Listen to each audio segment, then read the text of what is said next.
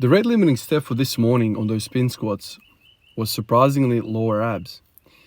So this is something that I get always humbled about with pin squats, is that there's so much going on with having heavy weight on your back and just moving it through the smallest range of motion. This is where a lot of us, frown upon small ranges of motion, but really there's a lot of value there.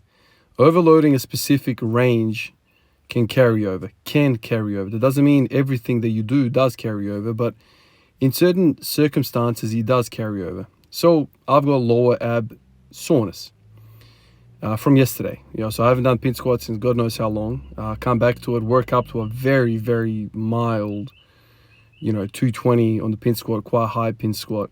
I've done a lot more in the past when I was pushing pin squats. So I thought I went quite easy. The bilateral hip pain was kind of limiting me from the day before. So I couldn't load it much. But this morning I've woken up and I'm like, damn, I've got lower, like right, almost like at the pubic bone, like right down there, like in that insertion point. Like it's really, really low, right? And I'm also still feeling the hip flexors as well. So there's a few things going on. I've got hip flexor trouble and I've got lower abdominal trouble. I also have, as I always had for a very long time, since I've known for myself, anterior pelvic tilt. Now, isn't that interesting? I think this all fits together quite well. When you're in anterior pelvic tilt, you are spilling water out of your pelvis forward. So if you imagine the pelvis, you're looking at it from the side or the front, doesn't really matter, and you're thinking of the pelvis as just a cup of water. Anterior pelvic tilt is that the pelvis or the cup is tilting forward and you are spilling forward, the water forward onto your toes, onto your feet. When it's posterior pelvic tilt, the water is spilling backwards and you're kind of tilting backwards.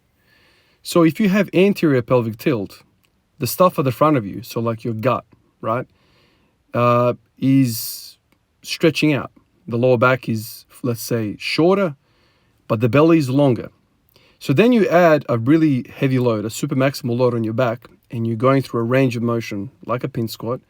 All of a sudden, that stretched area is in a compromised position because it's stretching and having to contract. And what do we know about long muscles? What do we know about RDLs and eccentrically loaded stretching exercises like good mornings as well? Is that when your muscle is in a long position and having to contract and continue to get longer, it's very, very damaging to that muscle.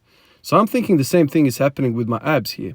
I'm putting a whole lot of weight on my back and I'm going through this tiny range of motion and my abs are struggling really, really hard to fight against all the stuff at the back. So the glutes, not so much the glutes probably work with abs, but specifically the lower erectors, so the lower back.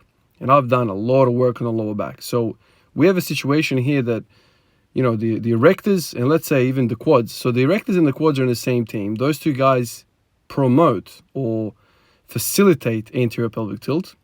So those two guys are against the glutes and the abs, hip flexors. So when I say the quads, I'm talking about hip flexors, rectus femoris, quads, lower back, and then versus the other team, which is glutes and abs. So there's a fight going on.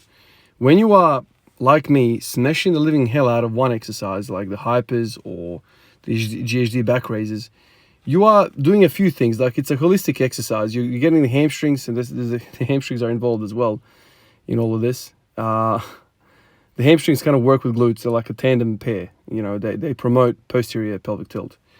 But when you do something like back raises all the time and you emphasize that lower back portion of the movement, you will have obviously a lot of strength and a lot of gains in that area.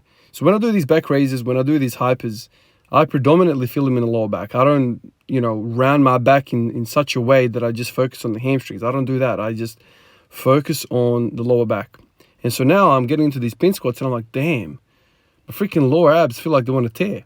It's almost like a feeling like of a hernia, like a threatening hernia, but it's not that. Like I've come close to having a hernia, like that sharp sensation in your groin, right at the base.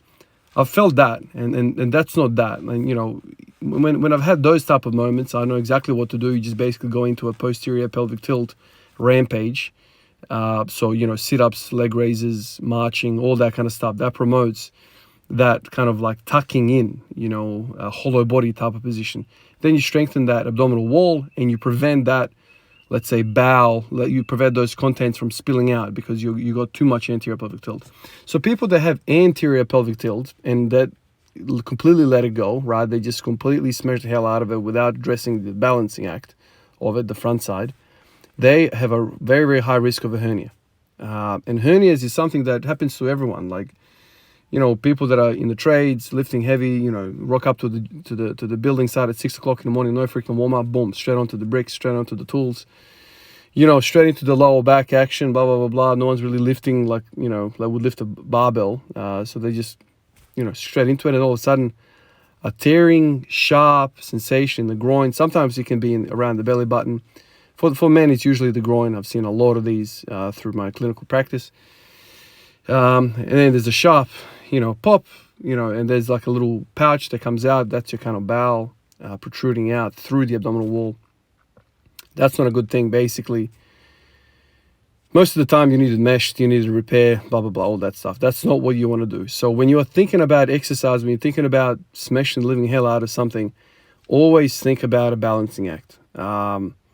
So, you know, this morning I've come in and I'm like, I'll do 140. I ended up doing 5 sets of 10.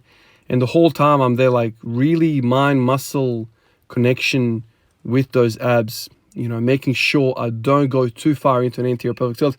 Because with these pin squats, really, the struggle is to keep upright. You know, that's what I really, really try to do. And so sometimes I run out of range of motion in my hips, range of motion in my ankles. And so then I'll make that up with basically arching my back. So going to a hyperextension, which is basically an anterior pelvic tilt. And so then I'm loading a position which is not in a neutral spine, and it's bad. It's bad to do that. So this is where, like, if you're thinking about doing pin squats, don't go too low. You know, don't go too low in the pin squats. Start higher. You know, yeah, load up more weight or whatever, but just focus on that neutral spine. Focus on what the hips are doing. Make sure basically you don't blow out a freaking hernia, man. Because once you do that, you're freaking screwed. You know, I don't know how many months you're going to be off training. You got to get surgery, blah, blah, blah, blah. Like, there's all these different things that are associated with that type of injury. And it's not good. And, you know, men as general, you know, we grow up and through our, you know, biology, through our maturation, I don't exactly know, like, the terminology behind it, but, like, when testes drop down into your, you know, where they should be, that tract, you know, is our weak, it's like a chink in the armor for us. And so this is why a lot of us have these, like, how should I say it, you know, weak spots within the abdominal cavity because of this. And so we get these hernias popping out everywhere. So you have to be really, really sure that when you're doing deadlifts, when you're doing RDLs, when you're doing back raises, when you're doing single arm rows, I call that stuff. Actually, single arm rows are notorious for that because there's a twisting motion.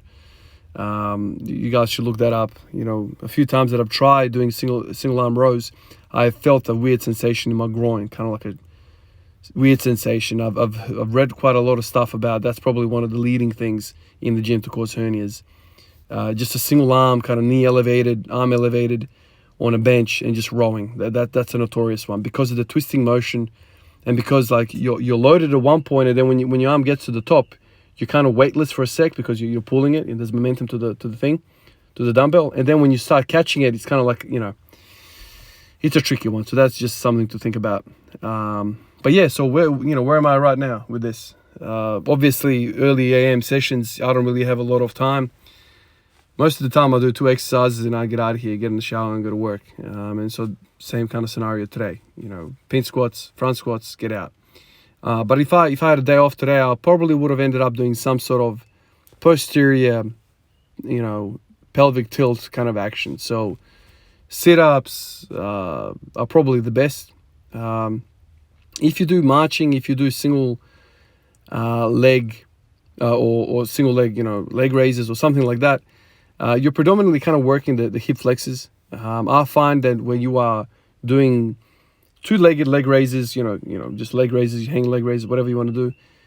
You kind of hit more of that rectus abdominis, but when you start doing single leg, you kind of start hitting hip flexors. That's just been my experience. And hip flexors are great. You always need strong hip flexors, but with let's say hernia prevention, with that kind of stuff, you're probably better at trying to hit the rectus abdominis. Now, you don't have to do concentric, eccentric type of exercises, like sit-ups or whatever. You can do static stuff as well, so you can do ab wheel rollouts, you can do planks, you can do all sorts of stuff. And also, you can continue doing pin squats. So pick a weight that's appropriate and just focus on contracting that isometrically. That's kind of what I was doing today, this morning, just focusing on that. That's worked for me, but you can really approach it any way you want. The reason why I like pin squats is because it's not just, this isolated, concentrated idea for one muscle. You're working through a range of motion and you are contracting a lot more than just the rectus abdominis. We can freaking go as deep as you want. Obliques, transverse abdominis, all these muscles associated with keeping your torso upright, really erect while also controlling your pelvis, right? So this is the thing that a lot of people get wrong, is that they think, okay, I've got a flat back, I'm going to arch my back. But what is happening to that pelvis? You can't pseudo have a flat back and let go of your pelvis position. You don't want to do that. The whole thing needs to be stacked. And this is where strength lives, in a stacked position. And once again, pin squats or just heavy ass weight makes you think about stacking your body, because any sort of deviation away from, being stacked like a freaking tall, riser building, you start to fall around. You start to fall. Gravity will break that building if it's freaking leaning to a side too much. It just falls. So a good engineering structure is something that is stacked. Gravity is going straight through its axis. It's not bending it. This is the beautiful thing about pin squats, man. And they make me feel good. They literally make me feel good. And right now, like, I'm walking away and I'm feeling my abs. And I'm like, this wasn't an ab exercise, but there you go, man. Like, maybe in the last, I don't know how long, I've been walking too much in an anterior pelvic tilt. You go to the pin squat and the pin squat's like, buddy, you are in an anterior pelvic tilt because now you got some heavy ass weight, and this heavy ass weight will teach you or break you. Appreciate you, fellas. I need to get out of here and go to work, shower, go to work. Like always, thank you for all the guys on the screen and everyone else in the Patreon, Discord, Instagram, YouTube comments. Freaking legends. Thank you so much. And I'll try and get back to the comments as soon as I can, guys. I'll catch you later. Peace out.